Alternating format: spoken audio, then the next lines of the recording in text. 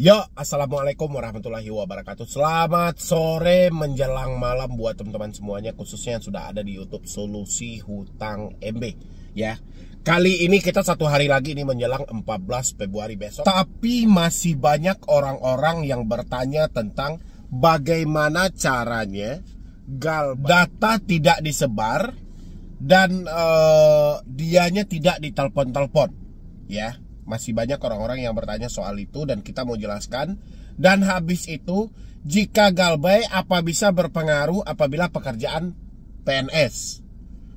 Habis itu ada juga dia Galbay di 3 pay letter dengan total 17 juta dan dia seorang ibu rumah tangga. Dan apa yang harus dia lakukan untuk kedepannya ini saya masih kurang enak badan ya. Tapi mau istirahat pun juga nggak bisa sih sebenarnya ya, karena memang rasanya agak kayak gitu loh ya. Jadi buat teman-teman semuanya yang sebelum saya lanjutkan untuk membahas 3 topik ini, karena kita menuju besok 14 Februari 2024 dan kita daripada gali lubang tutup lubang, mendingan kita Galbay nasional aja. Buat teman-teman semuanya, sebelum kita lanjutkan silahkan disupport dulu, didukung dulu channel ini. Mudah-mudahan dengan supportan dan dukungan Anda, channel Solusi Hutang makin berkembang lagi dan saya makin semangat lagi memberikan motivasi dan edukasi buat Anda semuanya. Oke, terima kasih banyak buat teman-teman semuanya yang sudah mau mendukung dan mensupport channel ini. Ini kita ambil dulu dari siapa namanya, terkadang kayak nama fake gitu ya, Senggol Bacok. Kan ngeri namanya gitu, Senggol Bacok.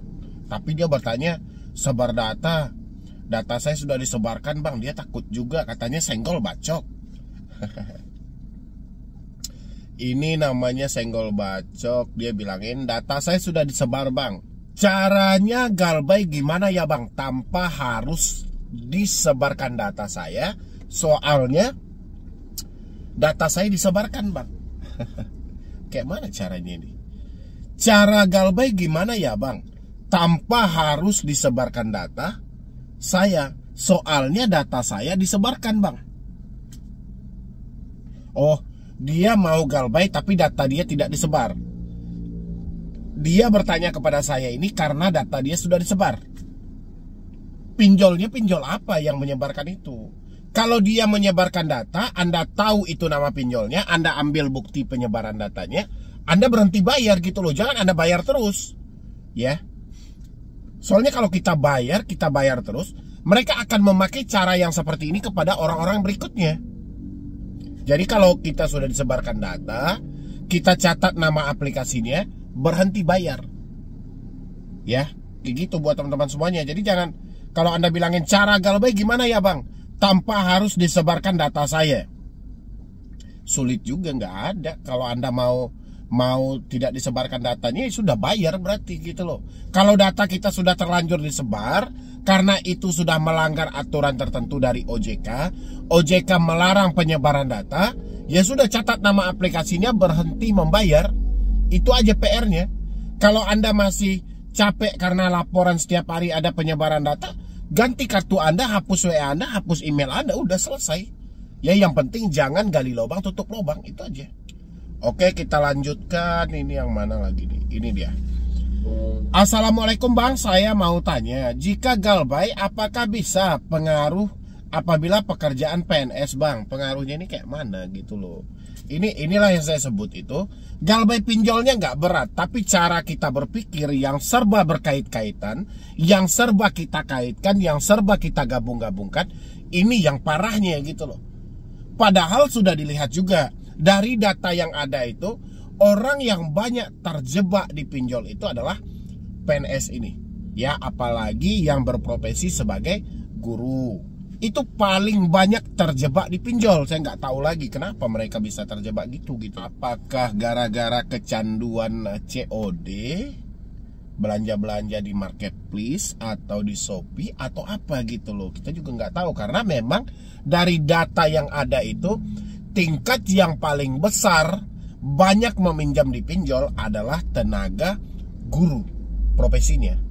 Ya, memang itu yang banyak, PNS ini paling banyak. Tapi kalau Anda bilangin, apakah bisa berpengaruh apabila pekerjaan PNS? Pengaruhnya pengaruh apa nih? Pengaruh Anda dipecat nggak ada hubungannya.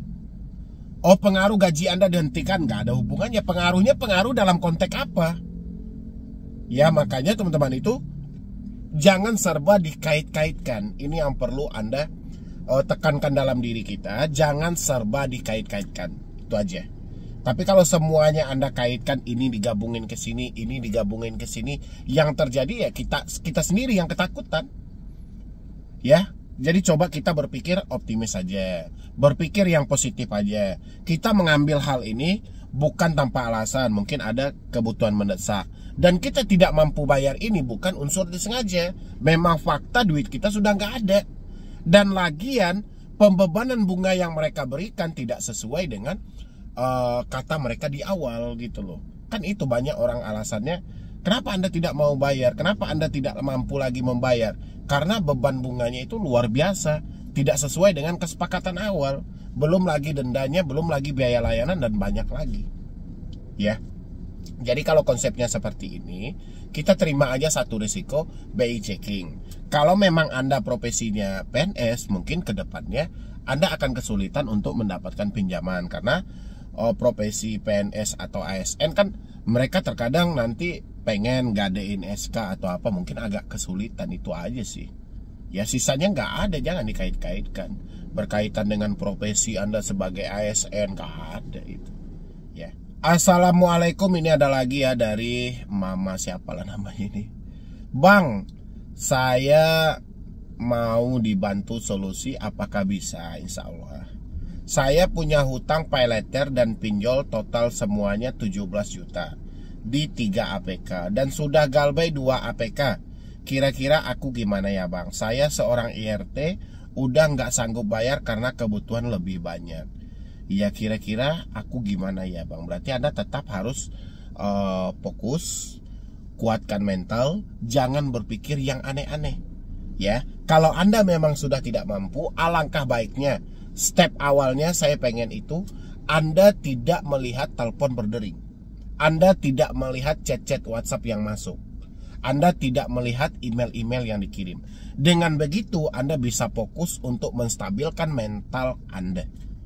Tapi kalau Anda masih melihat telepon, melihat WhatsApp, melihat email, saya yakin Anda nggak akan kuat. Jadi kalau Anda bertanya, kira-kira aku gimana ya bang? Saya berharap Anda memulihkan pemikiran Anda dulu, pulihkan mental Anda dulu. Dengan cara apa? Memutus semua komunikasinya. Apakah itu salah bang? Nggak ada yang salah. Itu adalah step awal yang harus kita lakukan supaya kita tidak terpengaruh dengan gali lubang tutup lubang. Kalau kita membiarkan telepon berdering, WhatsApp berdering, email juga masuk, besar kemungkinan Anda akan membaca satu hal yang tidak layak untuk Anda baca, yang menjadikan Anda gali lubang tutup lubang. Ya, lagian kita pun juga punya alasan kenapa kita mematikan telepon, kenapa kita mematikan WhatsApp dan email. Kita nggak mau dipanikkan dulu dengan panggilan telepon, nggak mau disetreskan dulu dengan chat-chat WhatsApp, nggak mau ditakut-takuti dengan pesan-pesan email. Itu aja. Ya, jadi kalau Anda bertanya apa yang harus dilakukan, ya sudah, itu yang harus Anda lakukan. Apa ke depannya? Ya tetap bekerja, tetap berusaha, kumpulkan uang Anda sedikit demi sedikit. Kalau sudah terkumpulkan nanti, Anda berkeinginan untuk menyelesaikan ini, negosiasi. Ya, jalur negosiasi itu pasti terbuka. Cuman dapat atau tidaknya tergantung dari usaha kita seperti apa. Ya, itu buat teman-teman semuanya. Atau belum mampu dibayar, sudah lewat jatuh tempo, telepon, WA, pesan tidak saya respon. Benarkah tindakan saya? Oke, Anda tidak mengangkat telepon, merespon WA dan pesan yang lainnya bukan tanpa alasan, pasti ada alasannya. Kenapa Anda malas mengangkat telepon? Takutnya ucapan debt collector tidak terkontrol, yang mana mengganggu pemikiran Anda. Kenapa Anda tidak balas chat? Terkadang debt collector hanya mengirimkan beberapa ucapan-ucapan yang selalu mengganggu untuk aktivitas kita nantinya. Habis itu dari SMS juga seperti itu. Itu tindakan Anda sudah benar kalau memang Anda menyatakan sudah tidak mampu atau belum mampu saat ini. Ya, daripada kita nambah-nambah beban pemikiran kita, mendingan kita abaikan semuanya. Dari telepon, WA, dan emailnya, itu sudah paling tepat. Oke? Apa harus saya respon? Gak usah. Bantu saku, esi cash, ada pundi uang mie. Saya ada niat bayar saat ini karena ada masalah, saya belum mampu bayar. Apa yang harus saya lakukan? Dan jujur saya takut, mohon penjelasannya. Oke. Yang harusnya Anda lakukan kalau Anda memang belum mampu bayar, Anda tetap berpikir optimis, tetap bekerja, tetap berusaha minimal bisa memenuhi kebutuhan hidup Anda. Dan habis itu Anda harus kenali apa-apa aja yang menjadi sumber ketakutan Anda, karena Anda menyampaikan di sini. Dan jujur saya ketakutan. Anda cari tahu ketakutan Anda itu kenapa? Takut dikunjungi ke rumah. Ada masalah dong.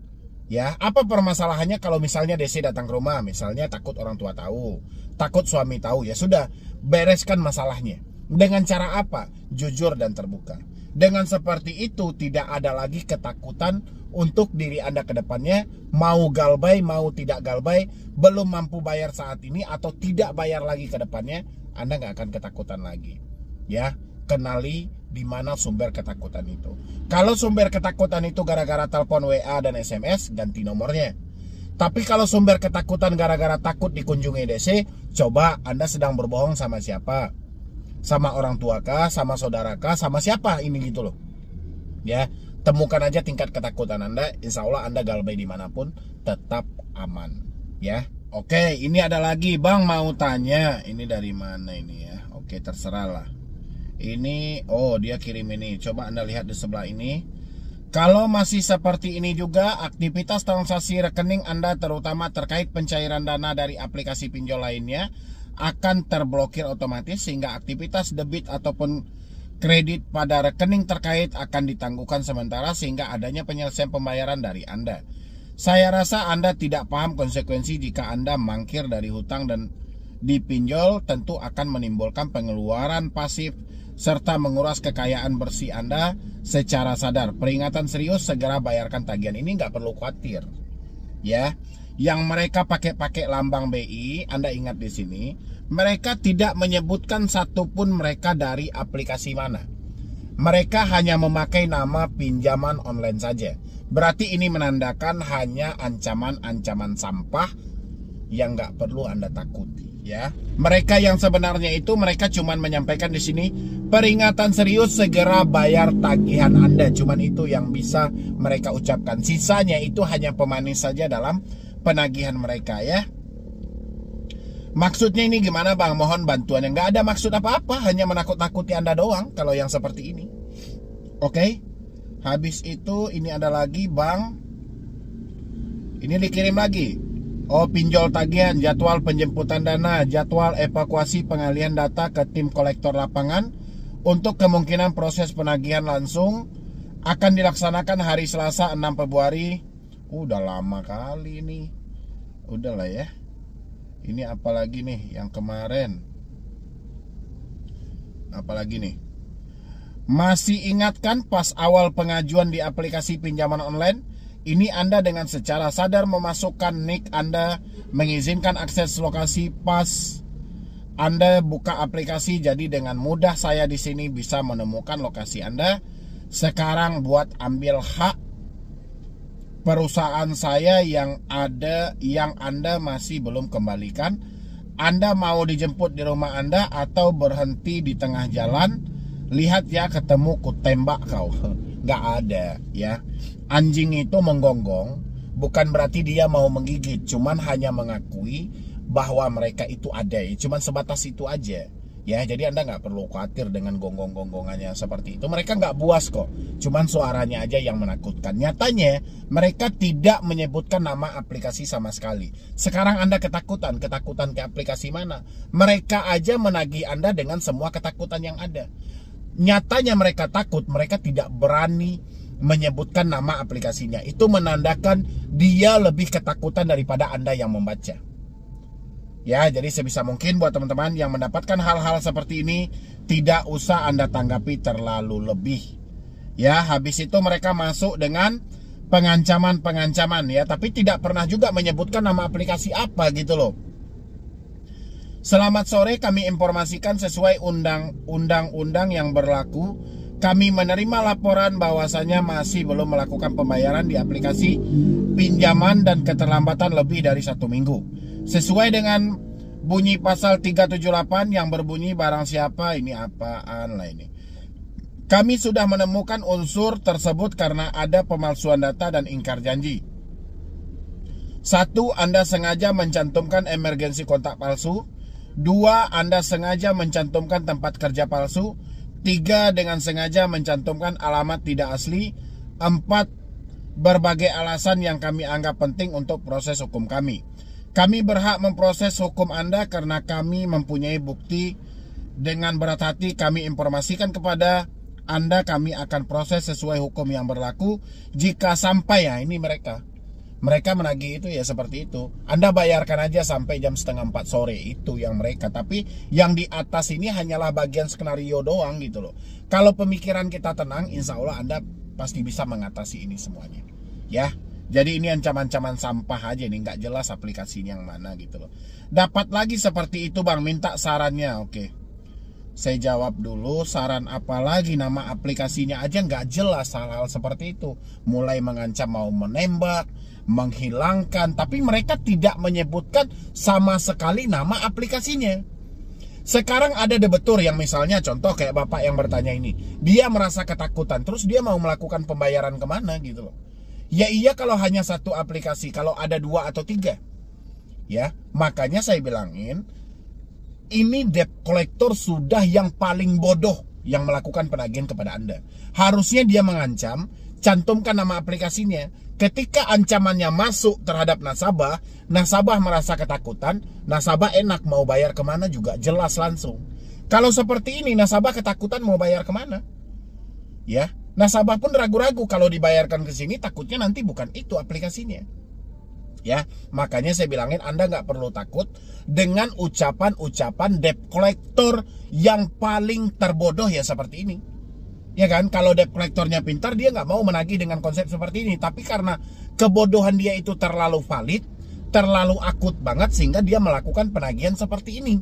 Dia coba mengancam, dia coba menekan, dia coba menakut-nakuti Anda, tapi tidak mencantumkan nama aplikasi. Ya kan, itu bodohnya mereka. Jadi kita sebagai debetur nggak perlu ketakutan dengan hal-hal seperti ini. Kalau Anda curiga ke salah satu nama aplikasi, Anda cari buktinya yang lebih valid lagi. Ya kan? Gitu aja. Jadi Anda nggak usah baper dengan ancaman seperti ini. Ini tong kosong nyaring bunyinya. Nggak ada faktanya satupun. Satupun nggak ada faktanya. Ini cuman untuk menakut-nakuti Anda via WhatsApp, via email, dan via telepon.